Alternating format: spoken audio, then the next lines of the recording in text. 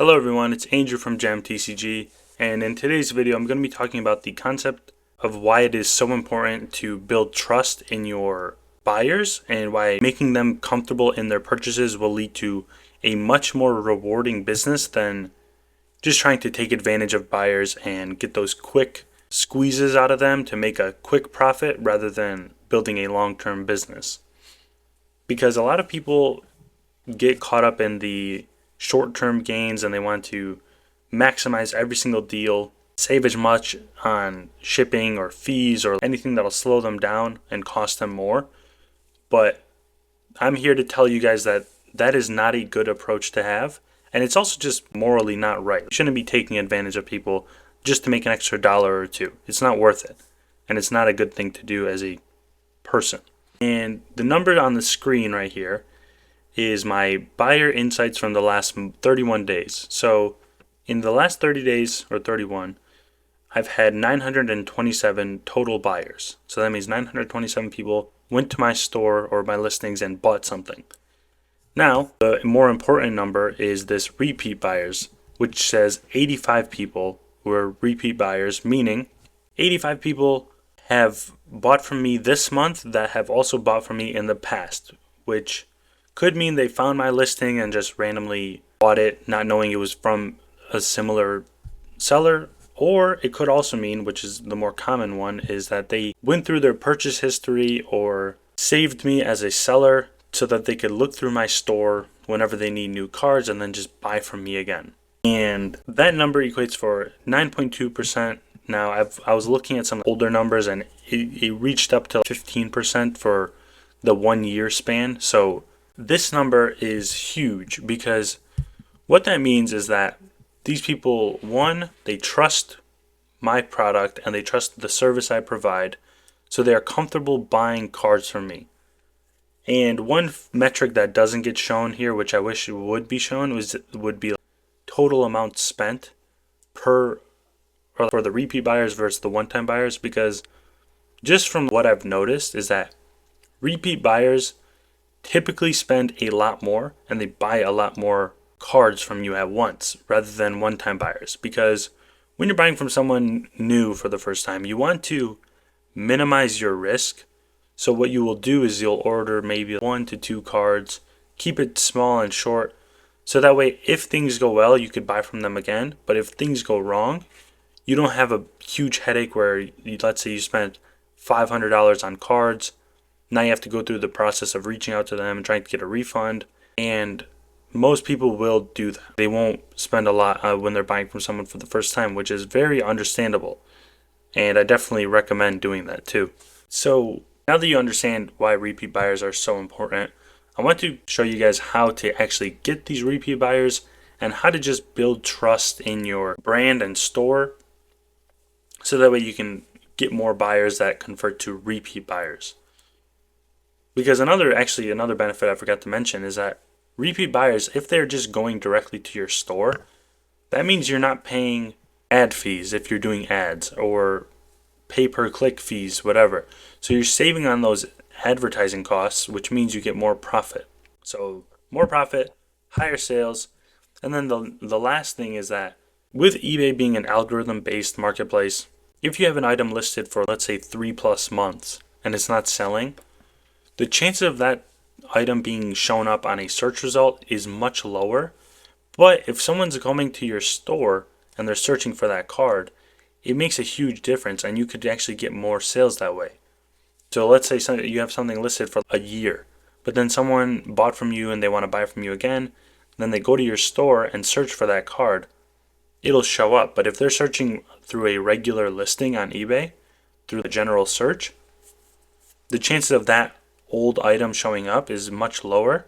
So it definitely helps with your sell-through rate and clearing up older inventory that normally would not sell. So now let's get into how to actually build this trust, get these repeat buyers, and just grow your brand in general or your store in general. So when it comes to trust, and this helps for all purposes, one-time buyers and converting into repeat buyers, you need to offer free return shipping. I was in the process of buying something from eBay, and then I realized that the seller wasn't offering free return shipping. Actually, they had no return shipping at all. And that immediately made me back out from the sale because it was like a $400 item, and I'm not gonna risk $400 because that seller is not willing to allow a $4 loss on a shipping label. Like, that makes people much more hesitant to buy from you if they are under the impression that if things go wrong, they are out of luck and they just have to eat that cost that they spent on the card. And I know a lot of you guys are worried that if you allow returns, people are gonna return the wrong card on purpose, or you'll get a huge amount of returns, and that is simply not true. And it's just a fear tactic that a lot of people promote online. I don't know why they do it, but a lot of people just like to spread negativity online. So steer away from those people. I've had returns allowed on my store for the past 2 to 3 years, and I think I've only had it once where someone tried to do something shady with the returns. But one thing that people don't mention is if you allow free returns, you have control over how much you are actually going to refund them. So if they return the wrong card or they send you a damaged card in return, you don't have to refund them the full amount. So keep that in mind and let that kind of steer you towards allowing free returns, because the results and the improvements it'll provide are much better than that little shipping fee you'll have to pay for, or that inconvenience of having to relist a card. It's much better in the long run to just allow it and deal with it.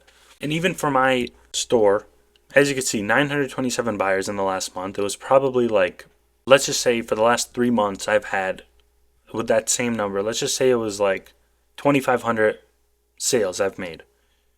In the last 3 months, I've had 29 returns, which might sound like a lot, but when you're selling from those 2,500 orders, probably like 5,000 cards, and you only have to return 29 of them, that is much better than if you were to just not allow it, and then instead of getting 2,500 sales, you're getting maybe 2,000 sales or 1,500 sales.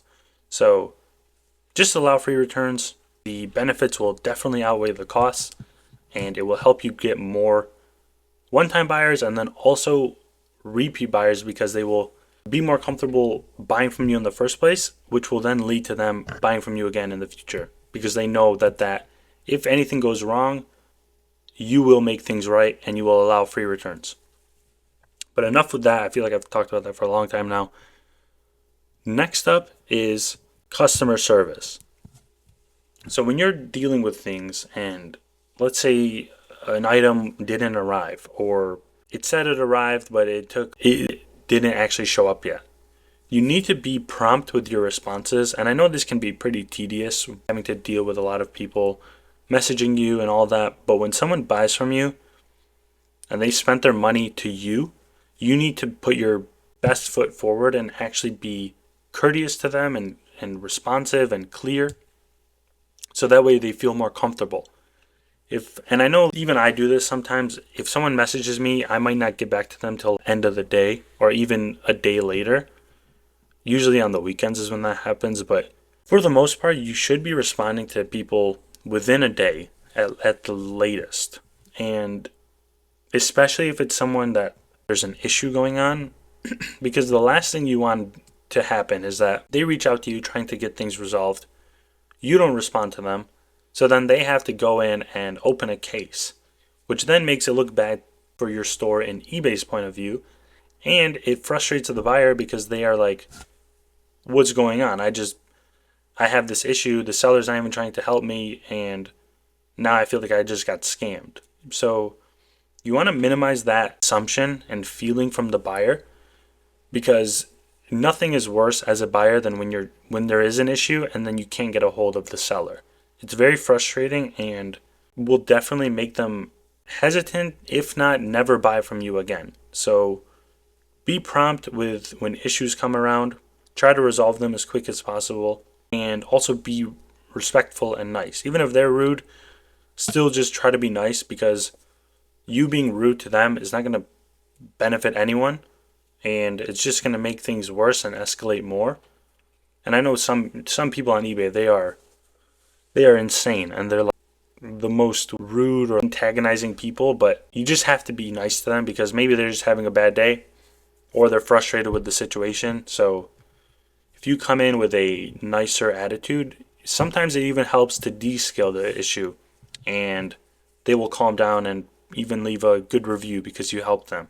And then the next thing, which is the last thing I will be talking about, is describing your items properly is crucial for getting these repeat buyers and just more sales in general, because one thing that people hate is when you label something as near mint but they receive a moderately played or even a lightly played card. It's frustrating to deal with because one, you're buying something that you didn't want. If you want a near mint card, you don't want a lightly played card, and it's very annoying as a buyer. So try to label things as accurately as possible. And I'm not saying doing what a lot of TCG player sellers do, which is if a card is near mint, they'll list it as lightly played. I think that's a very bad approach and I would not recommend doing that. But label things accurately. Spend the time to look through your cards and make sure they're the right condition. And if you need to, make 5 piles when you're going through collections. Near mint, lightly played, moderately played, etc. And then list them like that. So that way it's all organized up front and you don't have to go back and double check conditions every single time. Make sure you are labeling things in the correct way so that way when people buy from you, they trust and they are comfortable in the fact that they will be getting the card in the condition that it was described as. And I know it's hard to be perfect with that, but try your best to be as consistent as possible with it, because one thing that will steer away most buyers from ever buying from someone again is if you label something as near mint, but then you ship like a moderately played card, because it shows 2 things to the buyer.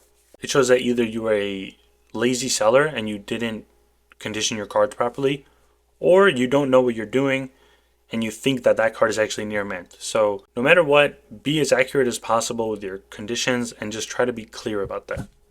But that's about it for this video.